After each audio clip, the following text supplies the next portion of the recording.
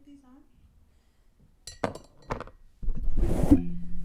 Yes, welcome to Living with Grace. And here, I was gonna keep those are blue light shades. I really like them. I was gonna keep them on because the ring light and the monitor can really affect your eyes, and I just want to be more cautious. Okay, so welcome to the channel. I wanted to share a little makeup tip since I love makeup and art.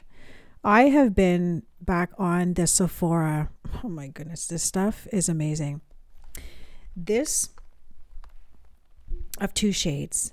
So this is a micro smooth powder. I have it in 35 bronze medium yellow, this one here.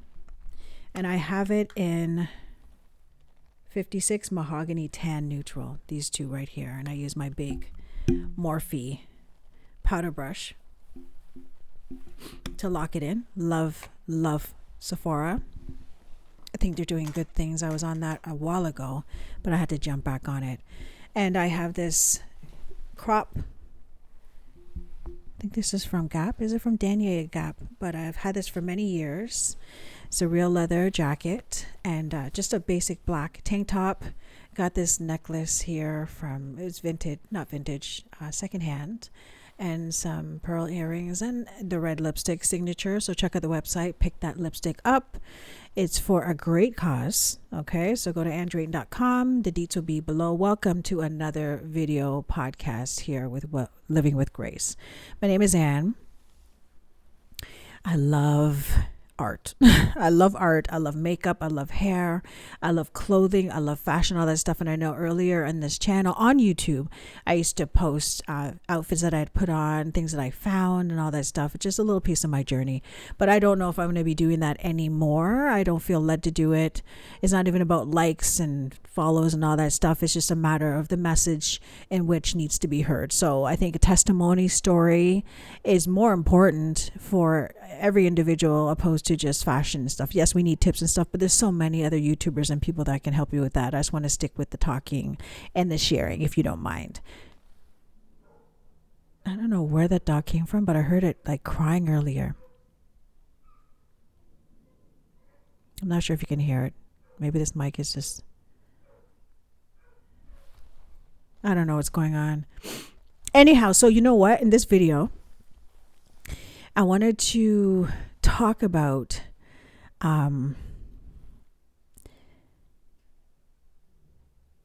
because of my age.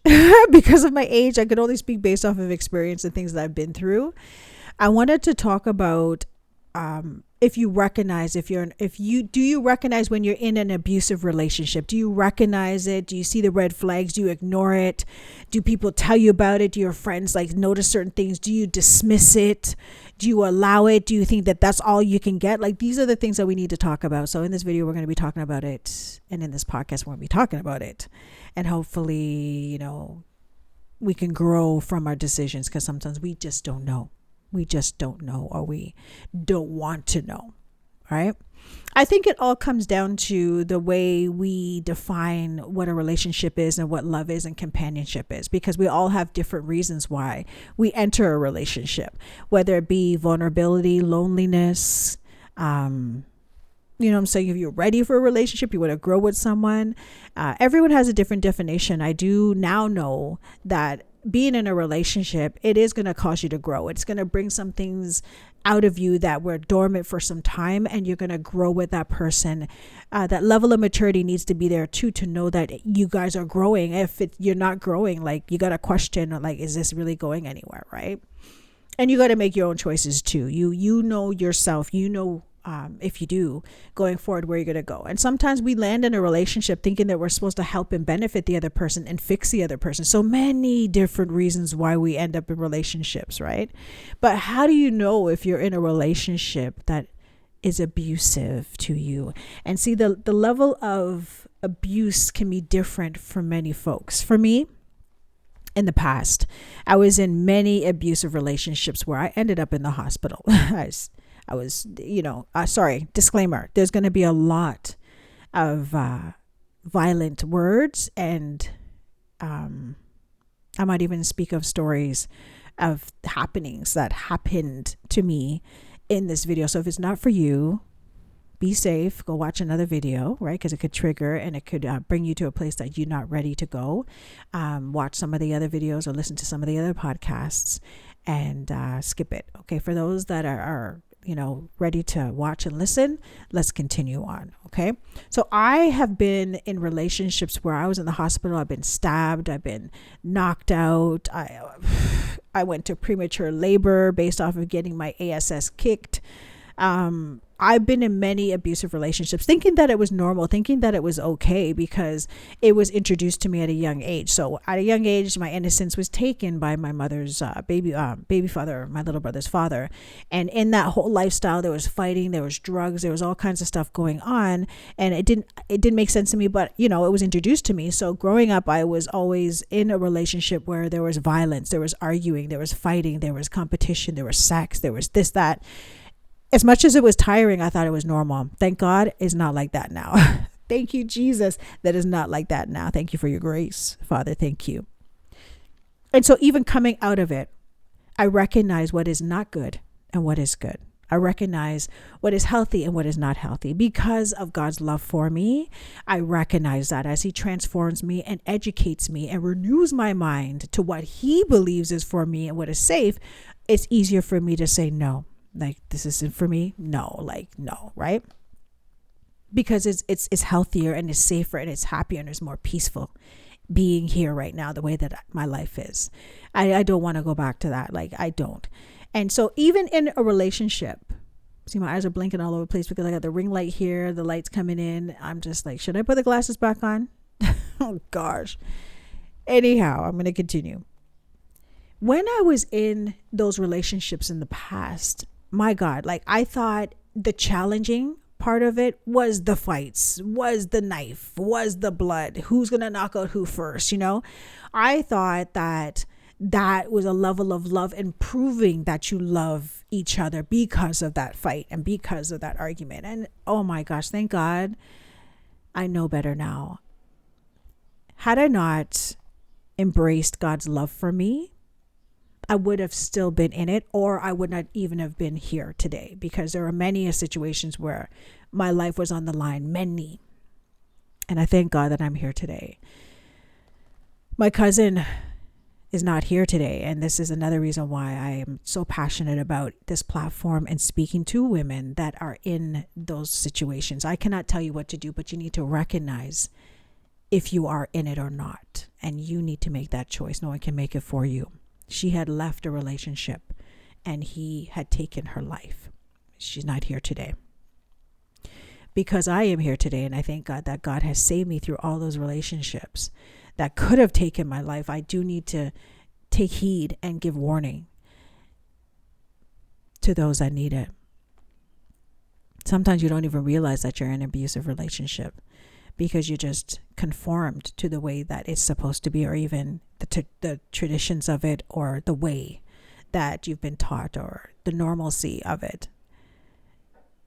For me, I knew that it was wrong. I was always anxious, confused, fearful, scared, doubting myself, didn't love myself enough because I didn't even know what love was. Now I do. And I tolerated certain things because I thought it was normal. I thought it was okay.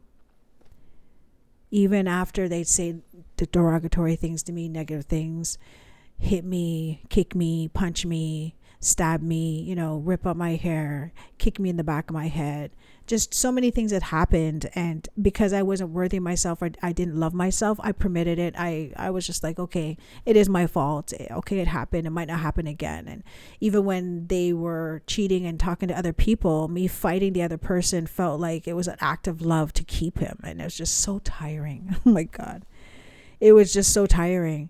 And now, since there's awareness and a lot of people are speaking about it, thank God that, and I'm not here to try to break up anyone's marriage or to do this and that. You take it up with God, but I'm saying this: your life is important. You living, you breathing, and having your being is important to God. It is important, period. If you are in a relationship and there's abuse and someone's life is at risk, Even you thinking about taking someone's life is not healthy. That's not healthy. You need to question yourself or reevaluate why you're in that relationship to begin with.